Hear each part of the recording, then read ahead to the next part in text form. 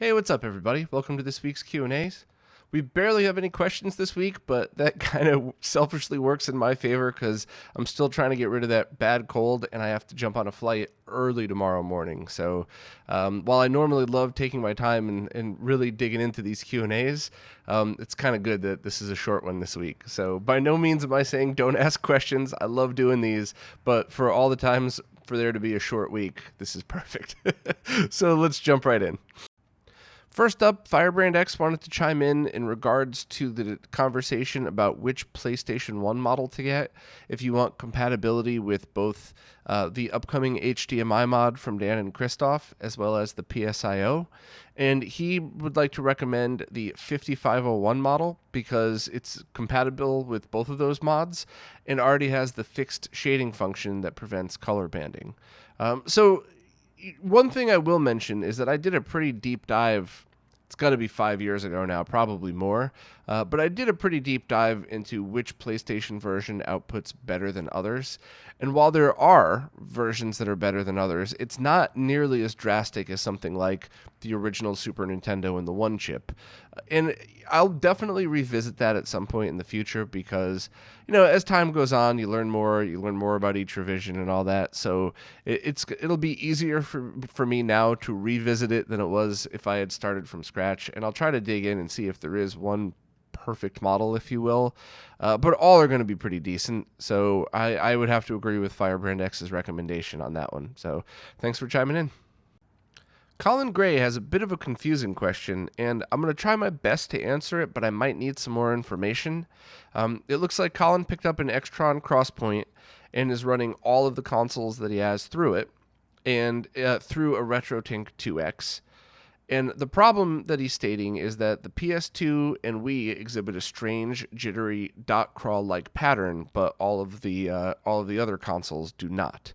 So there's a bunch of factors into this. My gut tells me cable, but let me get back to that. I just want to make sure I have your scenario correct, and I'm assuming that you're using multiple outputs from the Crosspoint, and you're using HD Retrovision cables for all of your consoles. Otherwise, you wouldn't be able to go through the RetroTink. So my assumption is all of these consoles are HD Retrovision, or in the case of PS2 and Wii, just direct component into the Crosspoint. And then from the Crosspoint, output 1 into the RetroTink 2X and output 2 directly into your TV. You say the problems with the PS2 and Wii occur with or without the RetroTink 2X. So I'm sure you realize that the RetroTink doesn't accept 480p as an input. So, I would assume that you've tried PS2 and Wii in both 15 kilohertz and 31 kilohertz modes and still saw the issue.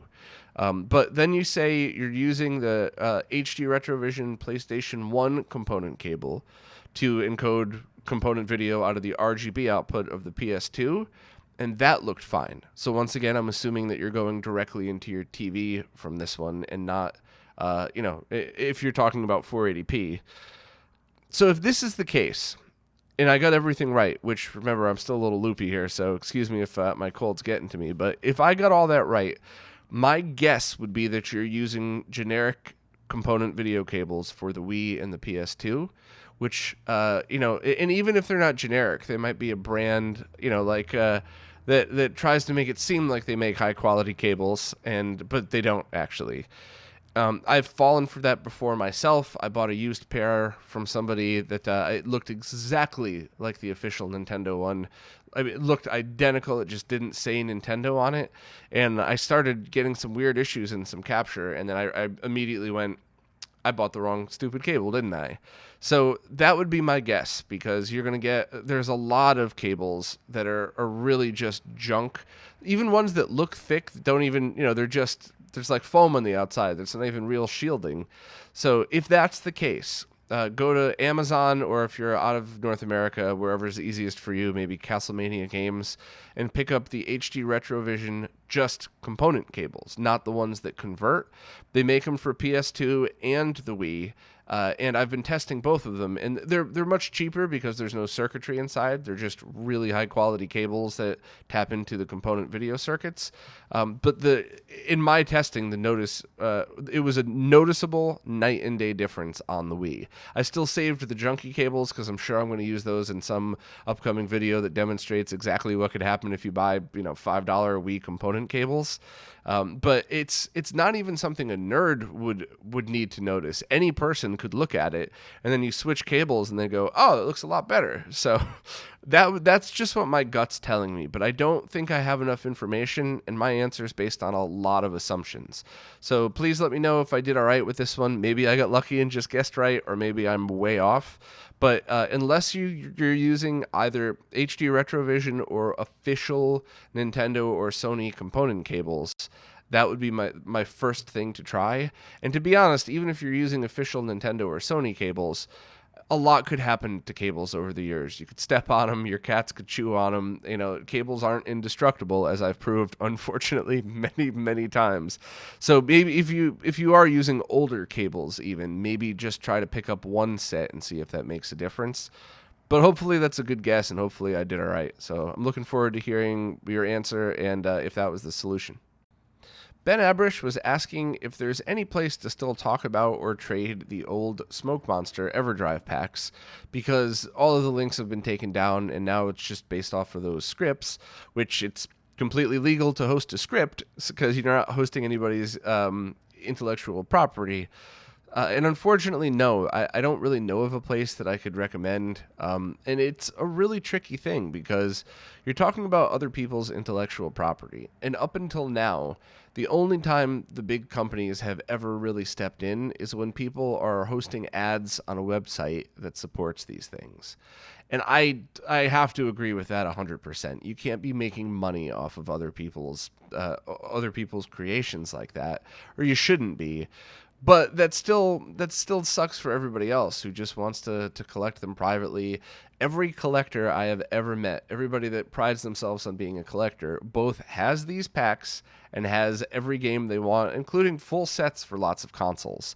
So the real gamers and the real collectors are not a threat at all to the bigger companies, but it's still a gray area that there's no solution for. And I really don't know if there ever will be a good solution. So the only thing I could think of is try to, if you hear somebody talking about a Smoke Monster pack, maybe ask politely and privately if they would share it with you. Because once enough of us get those and hold on to them, it should be easy enough to trade through like that. And as long as nobody does anything stupid like host them on a site with paid ads, we should be able to fly under the radar. And it just, it's one of those things too where through all of my experience, I haven't seen ROMs of old games. I'm not talking about 3DS and Wii U and Switch. I'm talking about 30-year-old games. I've never seen that take away from sales. And in fact, I've only seen that kind of push people to buy some of the newer versions. My favorite example is so many times I've seen people try to play Sonic the Hedgehog on their cell phone via an emulator, and then they just go buy the Christian Whitehead version and it plays perfectly. So, it's a really weird thing. So I have no good answer to that, and if I really hope that I could figure out some kind of solution, or people smarter than me would be able to figure out a solution for it. So, I guess just privately ask people that you see talking about it, and, hopefully people will be friendly and share, but it's kind of a rough thing, and I just hope that we come to some kind of conclusion on what to do about it as a whole. Maybe it would be nice if companies would just release the intellectual property for a lot of these games that they have no plans to use, but the problem with that is a lot of these companies don't even exist anymore, so there's nobody, it'd be hard to track down who has the rights, and you'd have to do it game by game, and it's impossible. So sorry, Ben, I got no good answer for you whatsoever. Well, that's it. I told you it was a short one this week, but as always, thanks so much to everybody that participates in these. I really do love doing them, and I usually like, taking my time and answering every question I have. It just so happens that there weren't very many this week, so I'm going to go drink a ton of Gatorade and try to feel better. If you're new to all these, if you're just a newcomer to the Q&As, just find the latest Q&A wherever it is that you support, Patreon, Bitback, Subscribestar, whatever. Just find the latest Q&A and ask your question there, because the way these sites work, I can't really go back and sift through things in date order, so you got to just ask at the newest one. And if for whatever reason I don't answer your question, please re-ask it, because every time that's happened, it's been an honest mistake on my part, never an intentional blow off of the question. So as always, thank you so much to all your support. I promise I will be not sick and not loopy next week. I'll be all back to normal. So hopefully there will be a bunch of cool questions to tackle. Thanks again. I'll see you next week.